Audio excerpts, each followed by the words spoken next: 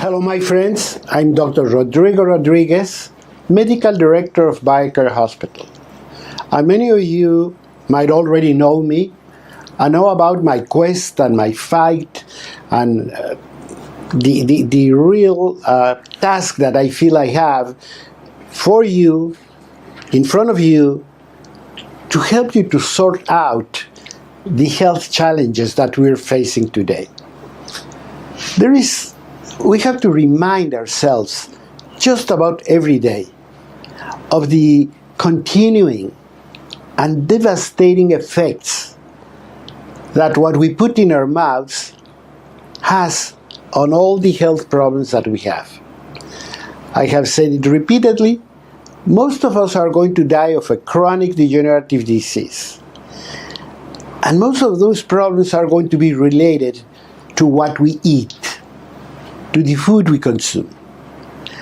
And at the same time, the help, the protection, the restoration, the resurgence of health can also come from those very same things that we eat, from food. So food could be a foe or could be our help.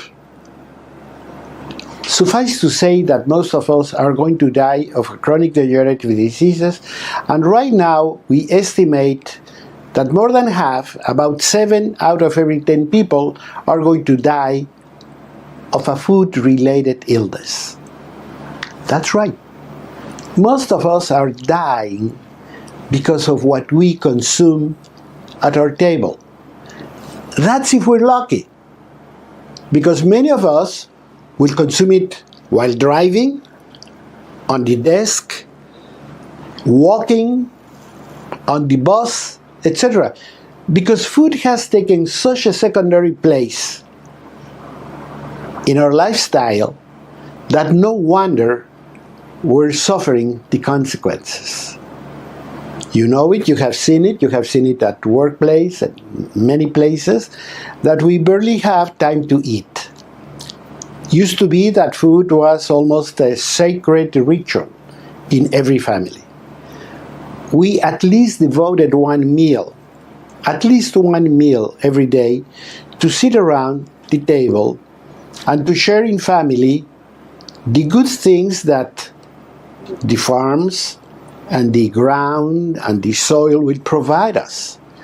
We would have fresh eggs, we would have grass-fed milk and dairy products, we would have very good food, and everything came from the land and everything came from the farm. And we at least once a day sat to eat. Is that important? Well, just think of your car. What would happen to your car if you just fill the tank with whatever, you lubricate with whatever? That's if you do it. Because you know many people will fail to take good care of their machines only to have a piece of junk in no time. And that's what we're doing today. Food takes a very secondary place. I've seen it many times, that we're walking around and you say, just give something to the kids because they're hungry. And that something might be a sugar bar, might be a soda pop, might be something, just so they shut up and let you go on with your life. We don't sit to think as our grandmothers did. We have to feed the children. We have to provide for them to grow healthy. We have to make sure that everything we're feeding our children is going to turn them into a strong individual that's going to be very resilient, that's going to resist infections and illnesses and so on, so he can grow and mature and be as good as he can be. Because I have taken very good care of him. Because my boy, my girl, are a very important part of my life. We don't do that anymore. We don't have anybody actually in charge of food anymore. Used to be that we had a housewife. That's gone. But nobody has taken the responsibility to say, let's sit down and let's plan the meals for the day. Let's plan what we're going to eat, and let alone how we're going to feed the children. All we do is buy ultra-processed, ultra-refined foods with a very long shelf life. We buy them in quantities, we stock them somewhere, and we just open a box and put it in the microwave or a can or anything like that, and we just literally fill our tummies without thinking if whatever we're putting in our mouth has the nutritional content and the quality to provide with the substances that we need for our nourishment, to grow, to create muscle, to create electrical signals for our brain, for our heart, for our muscles. We don't think about that anymore. It's just fill you up, and if that doesn't fill you very well, which is what's happening today, what's going to happen is that because the nourishment or the food I'm taking is not nourishing, I'm going to be hungry in a little while. What do? I take a snack, and then another snack, and then another snack. And we keep on eating snacks, sugar bars, soda pop, coffee, you name it. Ice cream, sweets, because unfortunately sweets is one of the things that we do the most. What has happened? Where did we lose the track? When did we start doing all these things? Well, I think in a very important measure, all this has happened because we have not been paying attention. And all we do is we sit to watch TV before, now in front of our cell phone, and just get general information about food. And we believe advertisement. We think food advertisement is ethical, and that they're giving you a message on how to nourish your body. You never think that the food industry is just trying to make a buck. You never think that they want to profit out of what we have to consume every day, which is food. So what they want is low quality, low cost, long shelf life, and just create something that you're going to like and buy again and buy again, and the more you eat, the better off they're going to be at the lowest cost for them. So, and I don't have to tell you, the first objection I always have whenever I tell somebody how to eat better, they many times tell me, but doctor, that's going to be more expensive. In other words, we all recognize that eating well might be a little bit more costly, but not as much as what you have to pay in doctor's fees, in laboratory fees, in x-rays, in imaging, hospitals, let alone the fact that you're going to have a short life and you're going to suffer a lot. So let's rewind everything. And that's why I, on purpose, plan 2 segments, 2 full programs on food. First of all, I'm going to analyze where we are at this point. What we have done wrong. Why having a soda pop can be so bad. Why diet drinks are poison, not your friend at all. Why going back to good quality fats is very important for your health and your survival. So let's analyze, let's make a diagnosis of where we are and what has happened. And then in the next program, let's talk about, okay, I got it, I have the problem. How do I solve it? Where do I go? Because one of the big problems that we have today, and you have probably lived through it, you go to the doctor and the doctor tells you you're overweight, you should lose weight. Well, that's his job. You cannot tell the patient you have to lose weight, period. Because you are the patient. You have a health issue. You have a problem. Being overweight or fat, and we have a program about obesity that you can link on right now, or as soon as you finish this segment, and then you're going to understand that having overweight or obesity is an illness in itself. You're sick. You're not just a glutton, and you're not just lazy because you don't exercise and because you eat too much. No, you're sick. You have a health problem, and it's the duty of your doctor to help you out, to tell you how, to tell you what has happened. And once again, you can link to that segment, and you're going to have a lot of information. And that's exactly what I want to do today. I want to provide you with information. Information is power, and the more you know, the more you understand. I'm trying to make things clear for you to understand what's happening. The better you can plan your future. The better you can plan what you eat, how you do it, and the better you're going to be able to raise a healthy family, let alone you yourself. I have said it repeatedly. You are the biggest asset you have.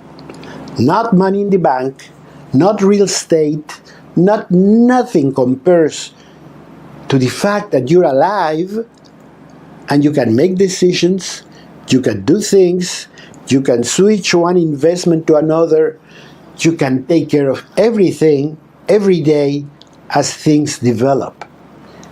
That is absolutely priceless. And the worst of it is, nothing matters if you're in bed or if you're dead.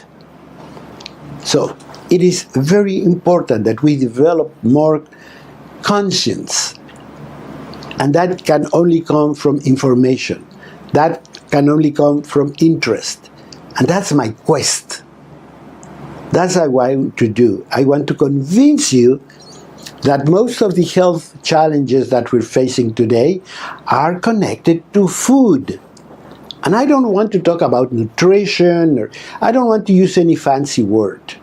I want just to refer to it as what it is, food.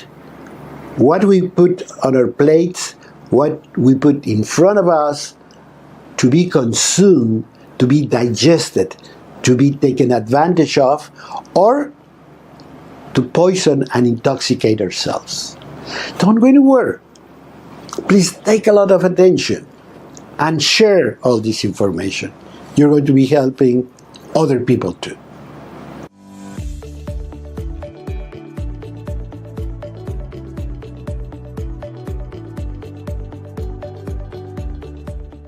You're with Dr. Rodrigo Rodriguez, medical director of BioCare Hospital. And I really hope that you're following this program, because we're talking about what can be more important than food. Food is very important because it can be our best friend and it can be our worst enemy. Food can be a blessing or can be something, can be a villain. It can produce a lot of damage. And it is really, really, really completely under control. That's what I want to bring to your attention. What you bring to your mouth is under your control. Unless you're in a hospital bed or you're in a cell in a jail. Otherwise, you can choose what you eat. And if you understand a little bit more about food, you're going to be able to plan better and to be good to yourself. And let me tell you, I think you're not going to be spending more money. And in the following program, I want to talk about answers, not just spelling the problem, and then you're going to see what you can do. And you're going to see that's not that difficult. It's not that complicated. Let's begin with basic foods. Because that's where we went wrong. I'm going to start talking about sugar, because sugar is our biggest enemy today. Why? Is sugar bad? Are you telling me that sugar is a problem? Well, sugar in itself, it's an energy-producing food. We need sugars. And actually just about every food in the vegetable kingdom, vegetables and fruits, contain sugar, a form of sugar, different types. But if we do them at the overwhelming amounts of sugar that we do today, then we have a real big problem. And actually, if I wanted to spell, and that's why I'm beginning with sugar, the biggest culprit of today's health problems would be sugar. If I could get sugar out of America, I'm sure we would be doing very well. There's not one thing in sugar that you cannot get from other food. So number one, is not an essential food. An essential food is when you eat something that if you don't eat that food, you will never be able to have it. Vitamin C is the best example. If we don't take vitamin C from a fruit or from a veggie, then we're going to have scurvy. And you can die of scurvy. We never talk about it because we don't see it anymore. But when people were traveling across the oceans, the sailors were all of a sudden dying until they discovered that if you just carry oranges and limes on the boat, they wouldn't get sick because we cannot make vitamin C. But with sugar, it doesn't have any of those things. So whatever sugar provides, we can get it somewhere else. So it's not an essential food, number one. Number two, we just eat it in overwhelming amounts. And by we, I'm going to mention specifically America. Americans eat more sugar than anybody else in the world. We have it everywhere, even in salad foods. It makes a hell of a preservative. So if you buy canned beans or canned things, you can get a lot of sugar in it. If you have a healthy cereal from a box in the morning, it's going to have a lot of sugar. If you have a soda pop, it might have 12, 15 teaspoonfuls of sugar per can. Actually, we consider that if you have just one soda pop a day, that's giving you 50 pounds of sugar a year. Another interesting number is that many toddlers eat more sugar a year than their body weight. Because how we compensate children, how we make them happy, even pediatricians, they give them a lollipop. So we make them happy with sugar. We give them candy, and we have trained them to do that. And when they watch TV, when they look at advertisement, it's all created for them to lure them into the sugar world. And we're creating a big problem. Number one, it's very interesting to mention that sugar is probably the only substance that's a lot more effective by mouth than intravenous. If you put intravenous sugar, the levels of sugar grow to a certain level, at certain speed, which is very fast, you're putting it in the vein. But if you take sugar, you start creating an insulin and a metabolic response even before you swallow it. Why? Because the moment anything sweet touches your mouth, your brain gets the message. and lets the stomach, lets the pancreas, lets all the organs know that sweet is on the way. And they start a huge metabolic response. If you put sugar in the vein, you get a raise of so much of insulin. But if you put sugar or something sweet in your mouth, the insulin response is a lot bigger, because there is a cerebral and stomach phase of sugar metabolism that's going to trigger the release of all these metabolic substances. So let's say you have a diet pop. Oh, no, I don't take sugar. I just take a diet pop. Well, the moment it touches your mouth, that sweetness is going to trigger the same response. Your insulin secretion is going to increase, insulin resistance can happen, and a lot of hormones, also from the stomach and the intestinal tract, can start producing the metabolic response that you do not want. Actually, it has shown that people that have diet sodas gain more weight at their waist level than people that just have plain sugar. We eat too much sugar. And on top of that, we highly refined it. We have taken all the minerals, we have taken all the possible nutrition that's in the original sugar cane, and then we grind it to a very fine powder. So that means that it can be readily absorbed at a very high speed, creating a metabolic problem. Because the body is not used to that. That's not a natural substance. Every time we drop a food for a substitute that somebody in a laboratory or in a factory thought was better than, we create a problem. Same happens with wheat and cereals. You have heard about gluten intolerance, I'm sure. But where gluten intolerance is coming from? If you talk to your grandmother, she's going to say, I didn't even know. I don't know what gluten is, let alone gluten intolerance. But whenever people tell me today, I have gluten intolerance, should I stay away from wheat? I always say yes. And not because wheat, again, is a problem. It's because the type of wheats that we use are much richer in gluten today than they used to be. And when we make bread, we don't do any fermentation, because it takes too many hours. Once again, you want to sell bread at a very low cost with a large profit. I'm not going to make a dough, let it raise, and take time for it.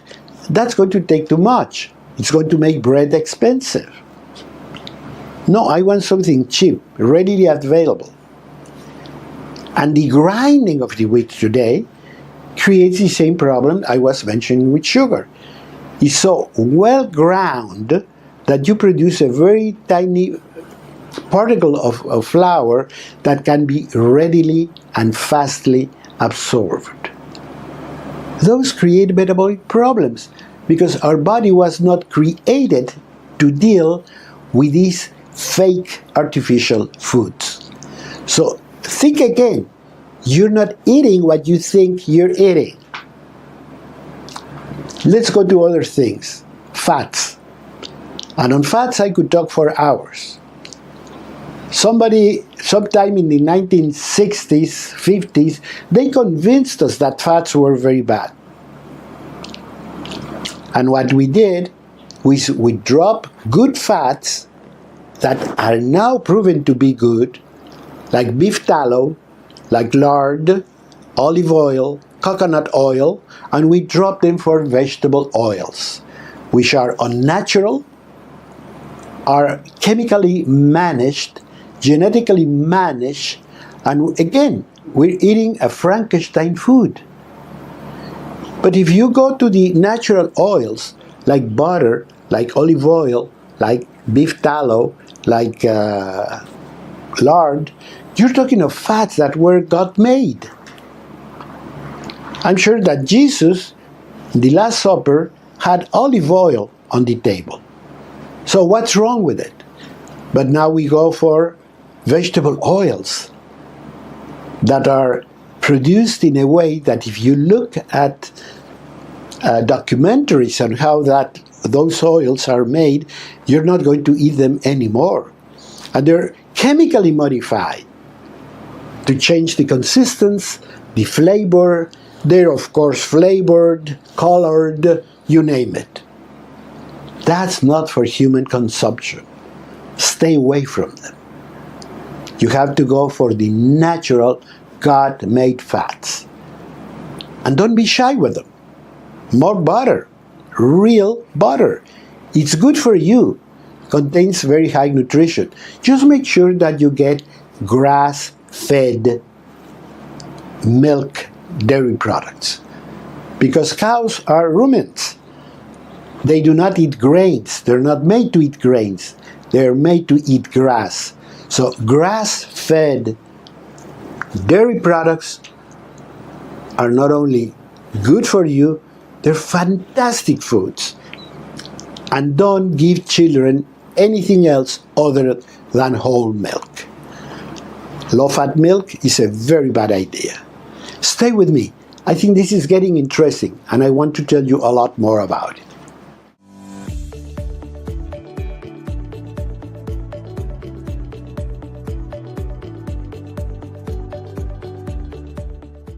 You are with Dr. Rodrigo Rodriguez, Medical Director of BioCare Hospital.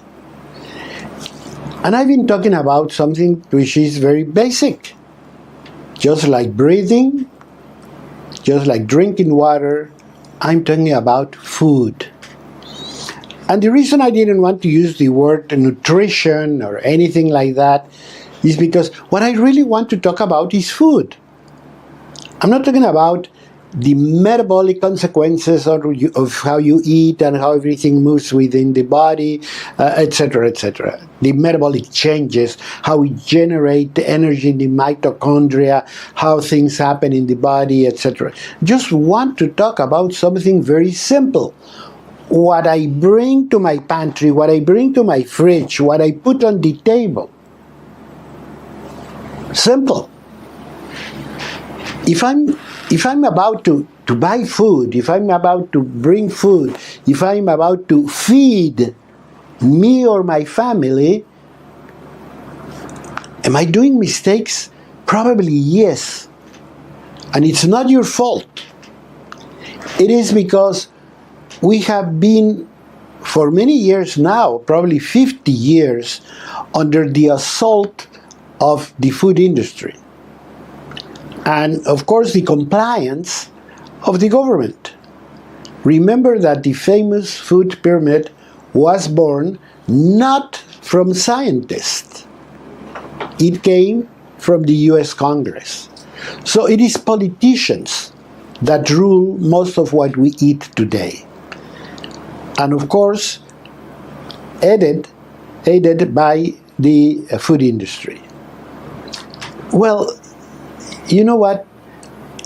If you just open the beginning of the Bible, it just says that I give you these plants, these animals, these fish in the ocean, etc., for your nourishment. If you go to any supermarket today, you don't see fresh food. You have a very short part of vegetables where you find exactly the same thing of everyone. Peppers, broccoli, probably, if you're lucky, some sprouts, zucchini, cauliflower, things like that. But you probably find 10 things normally. But you don't see ever seasonal food. I mean, you go to Alaska, and I tell you because I have done it many times, go to a supermarket in Alaska and just buy a mango. You wonder how many miles has that mango traveled? Number one. Number two, is my metabolic cycle really adjusted to eat those foods? If I was born and raised in Alaska, I'd be much better off eating the food that Alaska produces. And said that, it's the same thing if you live in Arizona or in Florida.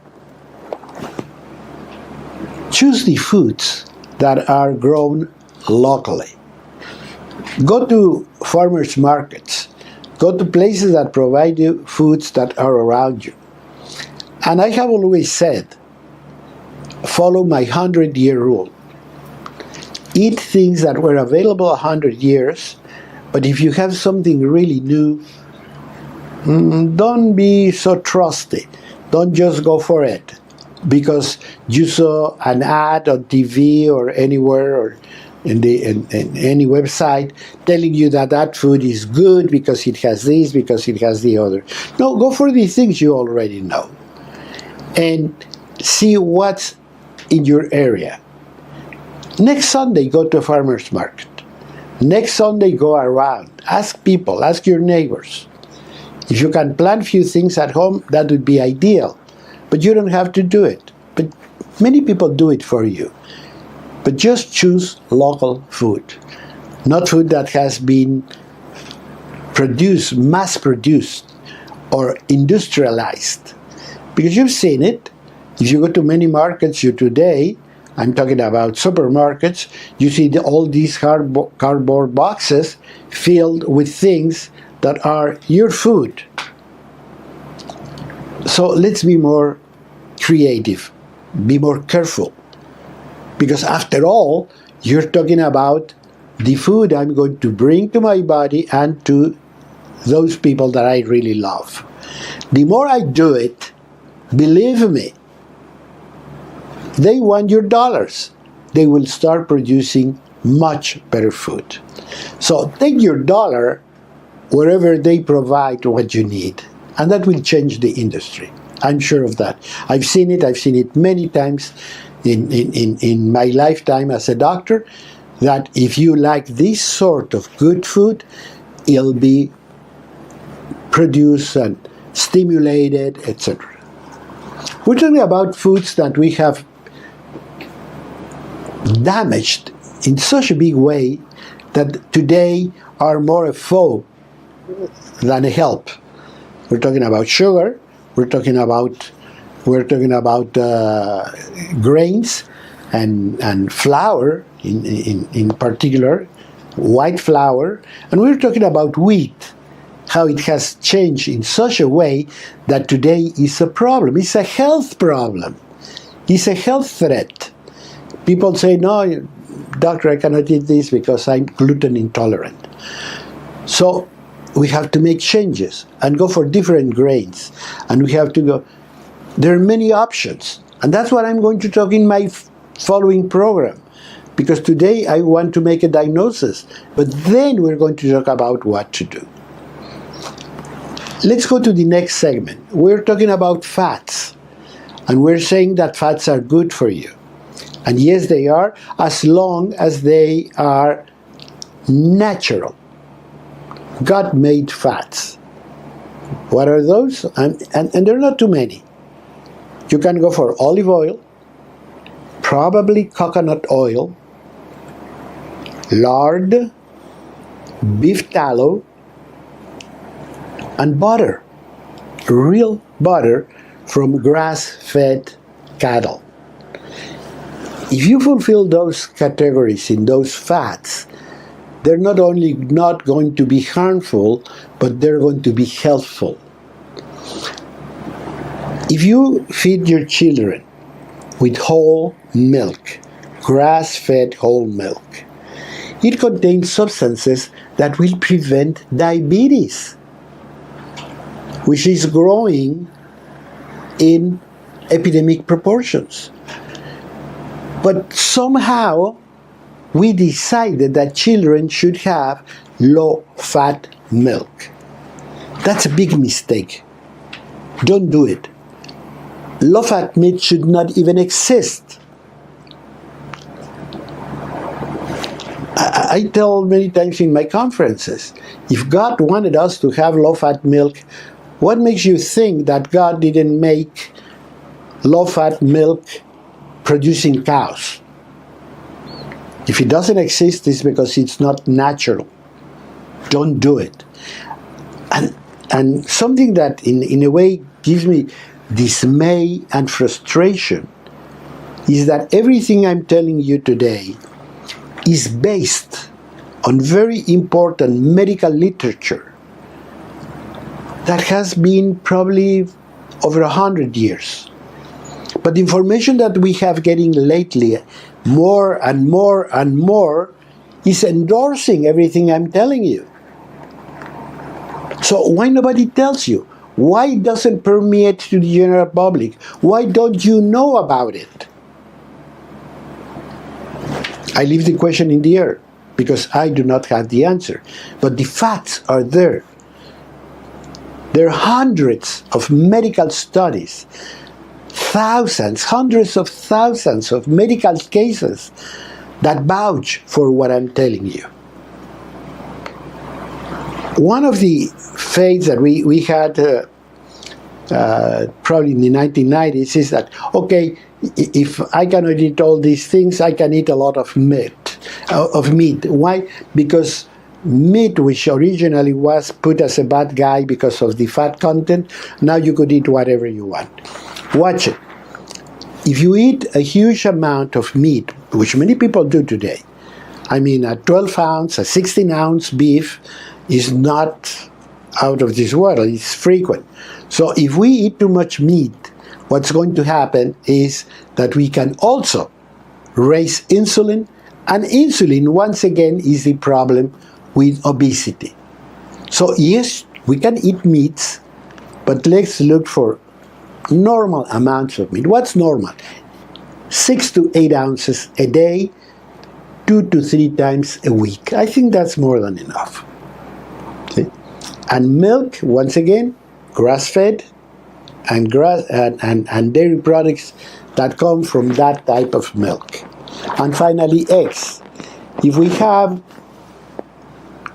good raised, free cage, etc., organic eggs, they're absolutely normal. There's not one single serious study that can prove that eggs will raise your cholesterol. You know what raises your bad cholesterol, by the way? Vegetable oil, trans fats. So those are the ones that we have to avoid. That's why I was very clear about the type of oils that we should have, the type of fats. Vegetable oil is an unnatural fat. It has been manipulated genetically, and it has been chemically manipulated. And trans fats in particular will up your bad cholesterol and lower your good cholesterol. So go to your pantry, get it out of your life. Get olive oil. Get something that you can eat, something you can enjoy, and something that's going to nourish your body and make you healthier. Did you know that 1 ounce of olive oil a day is enough to bring your blood pressure down? And I'm going to give you a hint. 1 ounce of olive oil with half an ounce of vinegar, just apple cider vinegar. Mix it and drink it. It tastes like a salad dressing. It's very tasty. If you do it every day, you're going to be helping your body because of all the qualities of the olive oil and because vinegar lowers the spikes of insulin. Once again, insulin is the culprit of weight gain, not calories. It's insulin. So if we can keep insulin secretion at bay, we're going to start doing much better metabolically. So I want you to get more information. And I know it's easy to say and go to look for it in the web. You might not be very good at that, but you can call me. You can send me an email. You can contact me through the platform of your choice, to any media you want, and I will be answer you personally. Don't go anywhere because we're not finished yet.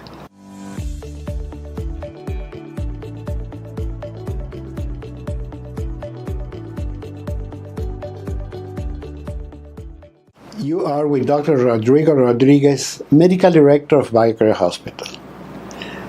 My quest, my idea, my dream would be that you start paying attention to all the messages that we have about how to eat well. how to choose our foods. As I was telling you, there are literally hundreds of studies that have been done from, some of them are from 200 years ago, of people that were just watching what happened when we ate too much, what happened when we ate this or the other. But some of them are really, really good. All you have to think, for example, is that at the turn of this century, I'm talking about the 20th century, in the 1900s, there was no treatment whatsoever for diabetes. You know what they did? They managed food. And there are books about the diabetic cookery and about how to control the sugar level by eating. If they could do it without any medication, without any insulin, don't you think we could be helping our diabetic people a lot if we just take that good piece of advice? If we cut on grains and sugars and all these things and eat more fat, I already explained what type of fat, just good fat, gut-made fat, not laboratory factory-made fat, but good quality fat. If we just do that and eat some meats, etc., you're going to be doing a lot better. And when I say meats, once again, when I say sugars, when I say this, when I say fats, I'm all the time talking about God-made things, natural foods. I'm not talking about any fake factory-made food, because those are not really foods. Those are things that were produced to fill you up, to make you hungry as soon as possible so they can sell you more, and to produce all these things at a very low cost, so profit is there. So what we have to think is, I don't want to go that route. I want to see what I want to eat. So when I say meat, I'm talking about meat. I'm talking about the muscle of an animal. Now you say, okay, doctor, this is a frequent question. You say meats. What about ham? What about bacon? What about sausages? What about all these things? People have eaten them for hundreds of years, and nobody complained about any health problem with them. You know why? Because when they made these things, when they made, for example, a leg of ham, they let it just alone. They salted it, period, and they put it in the sort of environment and humidity and climate that it could age naturally. And then bacteria and fungi came upon this piece of meat, and as it dehydrated, they created a number of natural substances that gave it its color, its consistency, its flavor. What we buy today, that pig was killed a week ago. How can you have a piece of ham today? Well, because they do a lot of chemical manipulation in order to age the meat very fast. Watch it. That's not good for you. So when I say we have to eat a good amount of meats and be careful, and I'm talking about 6 to 8 ounces a day, probably 3 days a week, I'm not considering any of those meats that have been produced in a factory. Stay away from them. Unless you can go to places like Hungary, or like the Netherlands, or like the Northern Europe in Norway or Sweden, and you can buy naturally produced meats. There you can do it. If you go to Spain, you can get the Iberic ham, which is very famous, but it is, again, the result of a long time natural process. But if you don't have access to those, and not that you need them, don't do them. Get your fresh meats, good quality, check that they're organic, check that they don't have any hormones, check that they don't have any things, and that way you're going to be improving your health. There's a good piece of news that has just been published. You know, if you're as old as I am, and you don't have to be that old, you remember the times where we didn't have organic food. So it's not a very old thing. But if we check the statistics from the time that organic food was introduced to the market to today, the studies show a very positive outcome. That people that prefer organic food have much better health scores than people that do not. So it pays. It pays to spend a little bit more in organic food. It pays to buy better quality food because it's going to keep us healthy. And you know what has happened also all this time? That the prices of organic, good quality food are coming down. Because more of us are favoring the consumption of that quality of food over the other. So that can make a big change. We can have our change and get it at a lower price if we all contribute. So those that can afford to buy better quality food, please do it. Because they're going to bring down the cost for food producers so more people can enjoy the benefits of good quality food. So it goes hand in hand. Now, when you start planning all these things, there's so much information. As I told you, there are hundreds of research papers. Some of them are impressive, like the Peer study that has almost 250,000 individuals being followed through years to see what they do, what they eat, and what's the end result with their health over a long period of time. You have the nurses study in Massachusetts. You have other studies in different parts of the world that are following all this information because it's dawning on some people the importance of having real scientific facts about human nutrition. Those results have brought a lot of good things. Like, for example, aspartame has been declared by the World Health Organization as a forbidden product because it can produce cancer. And many substances are being banned or put out of the market because they produce health issues. But only those studies, that category of studies, can shed real light on what we should do. And you don't have to go through all of that. But I'm sure you're going to have questions. I'm sure you're going to have doubts. I'm sure when you sit down, and I please ask you to do that, when you sit down with your family, with friends, and you said, listen, I heard about this and that, and there are going to be questions coming back, well, what about this? I say, don't drink diet sodas. Well, why not? I'm saving this, and then I don't get the calories and so forth. Ask me. I'm going to be there for you. Anytime, any day. I'm in the social media of your choice.